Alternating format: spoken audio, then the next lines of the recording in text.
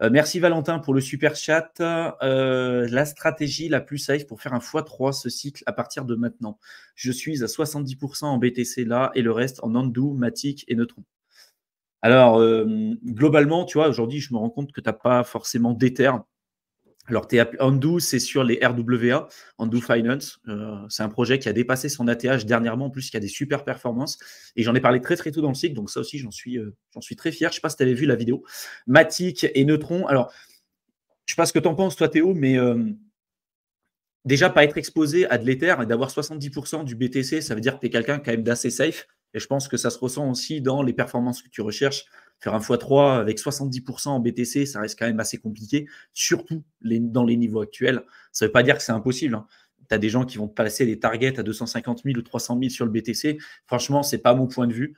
Je pense que dans l'état actuel des choses et dans le marché dans lequel on se retrouve, aujourd'hui, actuellement, on s'attend toujours à une baisse avec Théo, notamment avec le pivot de la Fed, les élections américaines aussi, enfin, tout un tas de facteurs qu'on a évoqués sur les lives précédents. Donc, pour moi, il faut rester vigilant là-dessus. Après, de s'attendre aujourd'hui à un x3 par rapport au niveau actuel sur le Bitcoin, surtout avec 70% de ton BTC, 70% de ton portefeuille sur le Bitcoin, ça me paraît assez compliqué. Déjà, avoir une part sur de l'Ether, je ne considère pas aujourd'hui que ce soit bien plus risqué dans l'état actuel des choses vis-à-vis de ses performances et surtout de ce qu'on connaît historiquement parlant, parce que globalement, l'Ether, sur un cycle, a tendance à surperformer le Bitcoin à peu près de x3. C'est-à-dire quand le Bitcoin va faire un x2, l'Ether va faire un x6. Globalement, c'est ce qu'on est capable d'observer. Donc d'avoir une partie de ton portefeuille sur de l'Ether, surtout avant même l'arrivée des ETF sur l'Ether, parce qu'on a eu les ETF sur le Bitcoin, ce qui a fait globalement pumper son prix.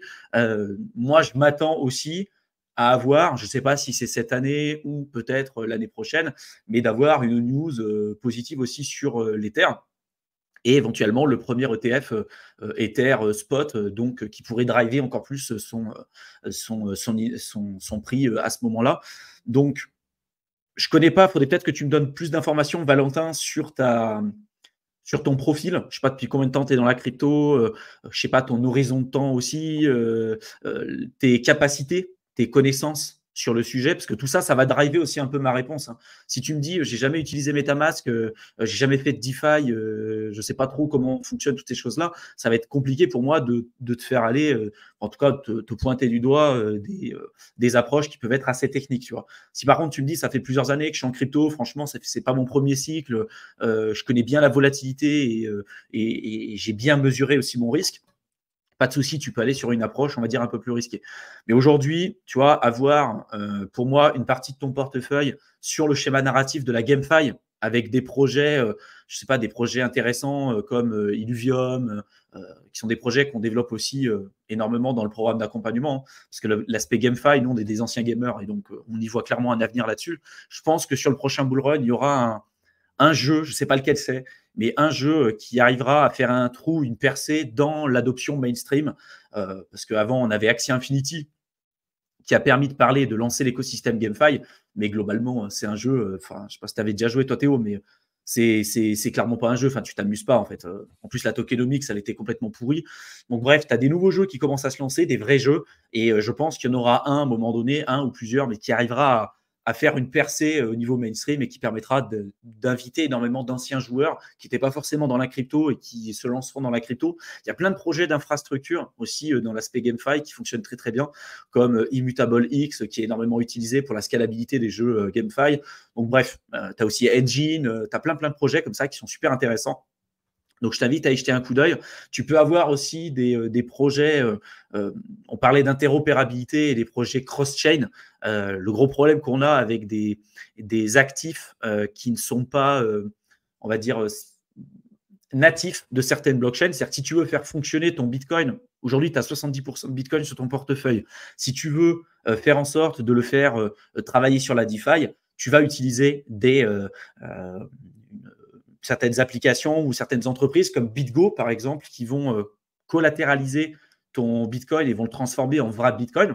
Donc, tu vas tokeniser ton Bitcoin et tu vas le rendre accessible et utilisable sur Ethereum, ce qui va te permettre de t'ouvrir à un tout nouveau monde, hein, comme la finance décentralisée et tout un tas d'autres infrastructures. Le seul problème, c'est que ces actifs sont synthétiques. Et si BitGo te dit, bah non, on ne veut pas rendre ton vrai Bitcoin, on ne veut pas te rendre ton Bitcoin, ou si BitGo fait faillite, ou s'il y a un hack, ou peu importe, bah en fait, tu perds ton capital. Donc, il y a des projets qui se développent aujourd'hui sur lesquels il y a une tokenomics qui est énorme. Et on en parle depuis maintenant un certain temps, qui travaillent sur l'aspect cross-chain, mais l'aspect cross-chain de manière native. Donc, tu n'aurais plus ces actifs synthétiques et tu n'aurais plus ces problématiques de tokenisation, par exemple. C'est le cas de Rune ou Torchain, par exemple. Voilà, on en parle aussi beaucoup dans le programme d'accompagnement, si c'est un sujet qui t'intéresse. Tu as le lien dans la barre d'infos. Mais tu vois, tous ces projets-là, c'est des sujets qui sont quand même assez complexes, assez techniques. Et aujourd'hui, je ne sais pas trop ton niveau et jusqu'où tu es capable d'aller aussi en termes de risque. Globalement, je pense que si tu veux faire un x3, 70% sur du BTC, ça me semble trop. Je ne sais pas s'il a peut-être donné d'autres infos. Ouais, c'est ça je voulais dire. Il a dit 17h12. Au précédent cycle, je me suis pris beaucoup de volatilité. J'ai fait l'erreur de ne pas vendre et faire des trucs assez degen, DeFi, NFT. Donc, je pense qu'il a quand même un niveau. Ouais, donc tu as un niveau, il a touché à pas mal de choses, mais ouais. Donc, moi, mon discours restera le même, en fait. Si tu veux jouer le schéma narratif du moment, aujourd'hui, clairement, on voit que c'est l'IA, globalement. L'aspect GameFi, ça viendra un peu plus tard. Les RWA, ça n'a pas encore vraiment commencé et je pense que tu es déjà exposé avec Andu Finance. Après, l'aspect DeFi, aujourd'hui, tu n'y es pas forcément ni sur Ethereum. Donc, moi, ce que je ferais, c'est que déjà, je balancerais une partie de mon Bitcoin sur de l'Ether. J'attendrai, je ne rentrerai pas d'un coup, mais je rentrerai petit à petit sur de l'Ether et puis je ferai un DCA sur 4-5 mois parce que je pense qu'il va y avoir une baisse et je pense que là, on a augmenté trop fortement. Donc, à voir un petit peu comment ça va se passer. Et puis après, de rentrer sur, je sais pas, au maximum, le portefeuille. Moi, je rentrerai avec 5-6 projets différents. Tu vois, 5-6 projets différents. Je pense que tu seras capable de les suivre. Et plutôt des projets d'infrastructure. Tu as des projets, quand bien même tu ne les aurais pas très, très bien timés, je pense que ça pourrait être intéressant d'en avoir en portefeuille et de te dire, si jamais je me retrompe et je ne sors pas comme tu l'as fait la dernière fois, ou je ne sors pas tout comme il faut que tu aies beaucoup plus de chances et de probabilités d'avoir des projets qui repartiront le cycle prochain. Undo Finance, bien que ce soit un projet qui soit intéressant, c'est un projet de cycle 1 avec un nouveau schéma narratif. Donc, pour le coup, c'est un projet qui a pumpé très tôt. Par contre, sur lesquels il y a très peu de recul parce que tu ne sais pas s'il va pouvoir tenir le cycle suivant et tout. Mais des projets comme Chainlink, des projets comme Torchain, tu vois, voilà, des projets comme ça qui sont solides, qui sont là depuis un certain temps avec une super tokenomics, un super fondamental, je me dis pourquoi pas. Et ça te permettra aussi de t'exposer à d'autres projets. Mais je sais pas, tu vas rebondir après Théo, mais je pense que des 70% de BTC, c'est plutôt parce que tu as un profil sécuritaire. Mais pour moi, le x3 aujourd'hui, dans l'état actuel des choses, avec un portefeuille comme le tien, avec 70% sur le BTC, ça me paraît quand même compliqué.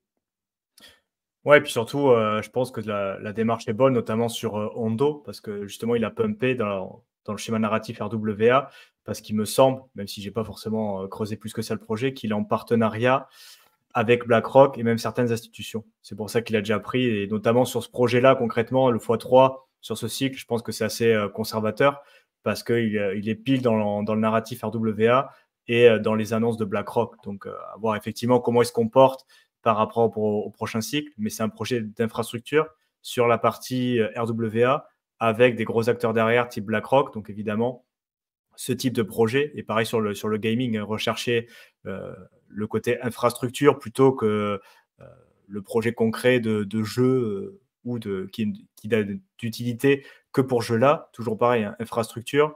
Si l'équipe derrière est solide, s'il y a des gros backers, des grosses institutions ou des gros fonds d'investissement, ça peut être quelque chose qui peut tenir sur le long terme et qui peut pumper, parce qu'on en revient toujours au thème de l'infrastructure. S'il y a beaucoup de personnes, et notamment des gros acteurs qui doivent utiliser cette infrastructure ou cette solution apportée à l'écosystème crypto, bien évidemment, pour le prix, c'est positif. Et pour certains d'entre eux, un x3, c'est assez conservateur, notamment s'ils sont dans le bon schéma narratif, comme peut être l'IA, qui a déjà beaucoup pumpé, même si je pense qu'il en reste sous la pédale, mais bon, ça a quand même bien pumpé. Et le RWA, où ça commence à être un des schémas narratifs du moment. Encore une fois, avec les annonces de BlackRock qui sont arrivées, je pense que ça va se développer dans les mois qui arrivent. Mais toujours pareil, il va y avoir un shift entre des schémas narratifs et donc voir aussi comment on veut s'exposer. Et le problème, c'est que on peut vite choper le FOMO. Hein. Moi, je suis un peu à la marge, mais c'est vrai que sous tout l'IA, tu vois ça pumper, tu as envie d'investir. Après, tu as le schéma narratif, d'autres coins qui commencent à arriver. Donc voilà, rester serein et se dire aussi qu'on ne peut pas être partout. Donc, il va très certainement falloir choisir un ou deux schémas narratifs, se concentrer pour vraiment comprendre, comme ce qu'on fait par exemple dans le rapport, mais beaucoup plus en détail, rentrer dans les projets pour comprendre est-ce que c'est de l'infrastructure, quelle est la proposition de valeur, quels sont les backers, voilà, quelle est la valeur de ce projet-là, pour comprendre si dans ce schéma narratif-là, il y a possibilité d'avoir une augmentation de prix conséquente pour avoir tes objectifs. Mais on ne peut pas se concentrer non plus sur tout et être pertinent et connaître en profondeur, on va dire, tous les écosystèmes et tous les acteurs avec quel type de projet c'est. Voilà, donc il faut savoir aussi se concentrer. Si tu as déjà des points forts, que tu as déjà testé certains écosystèmes, peut-être concentre-toi là-dessus, parce que c'est vrai que redécouvrir tout, et en particulier, par exemple, il y a des côtés techniques en plus avec la partie entraînement des modèles, les GPU, donc c'est des choses un peu spécifiques. Et plus on avance, j'ai l'impression, plus on a de schémas narratifs différents et plus des fois on a des choses techniques. Là, par exemple, les schémas narratifs de ce bull run sont quand même assez techniques, parce que l'IA, c'est pas du tout simple à comprendre. RWA, c'est pas ça non plus. Tu as le côté tokenisation, tu as le côté légal avec les actifs, où ils sont situés, dans quelle juridiction, est-ce que ça va pouvoir se transposer. Toute la partie layer 2, zéro knowledge optimistique, c'est un enfer à comprendre techniquement. C'est très très compliqué. Donc en fait, plus ça va avancer et plus l'écosystème se développe aussi, ce qui est normal. Plus on va avoir de schéma narratif et plus il y en a qui vont être techniques. Donc il ne faut pas s'éparpiller non plus et choisir un petit peu ses batailles, parce que c'est vrai que bon, tu peux suivre, essayer de suivre, mais même nous qui passons pas mal de temps, tu découvres des trucs tout le temps, tu dis mais c'est quoi ça encore, comment qu'est-ce que c'est ça, tout le monde en parle maintenant, ça fait 2 ans que c'est sorti, je n'avais jamais eu le projet. Mais bon, faut en avoir conscience aussi pour pas s'éparpiller, parce que ça peut vite être le cas, quoi. Quand tu ouvres Twitter, tu as des trucs de partout, tu as envie de tout apprendre, mais c'est pas possible, quoi. Après, voilà, le maître mot, moi je pense qu'aujourd'hui, pour tes objectifs, et encore une fois, ça ne regarde que moi, on va dire, les informations que je te donnerais, c'est comme si je me mettais à ta place et qu'est-ce que je ferais si j'étais dans ta situation. Alors, je pense que les 70% sur le Bitcoin pour faire le x3, je pense que c'est trop important. Avoir une part sur de l'Ether qui aura tendance à surperformer le Bitcoin de toute façon sur ce cycle, c'est presque indéniable. Ça a été le cas sur les fois d'avant et à mon avis, sur ce cycle, ça sera pareil. D'autant plus que sur le Bitcoin, tu as déjà eu les ETF. Là, sur l'Ether, en fait, il n'y a que celui-ci où on va dire c'est peut-être le prochain sur la liste, même c'est sûrement le prochain sur la liste, avec tout un tas de nouveaux catalyseurs qui vont arriver. Mais je pense qu'il y a certains schémas narratifs sur lesquels tu n'es pas ultra exposé non plus et sur lesquels il y a des potentiels. On t'en a cité quelques-uns, celui lié à l'intelligence artificielle. Bon, les RWA, tu es sur Ondo Finance, mais il y a plein d'autres projets aussi super intéressants sur les RWA. Tu as également aussi tout ce qui va être aussi projet d'infrastructure. Voilà, on en a parlé globalement dans cette vidéo. Et le plus important sera vraiment de te faire aussi ta propre idée. On en revient toujours au même point. Tu auras des gens qui vont dire on n'est pas d'accord avec tel projet que tu as mis dans ton portefeuille parce que, je sais pas, le narratif est pas bon, ou parce que l'équipe marketing elle est pourrie, ou parce que la tech économique c'est pas bonne. En fait, le plus important, on en revient toujours aux bases.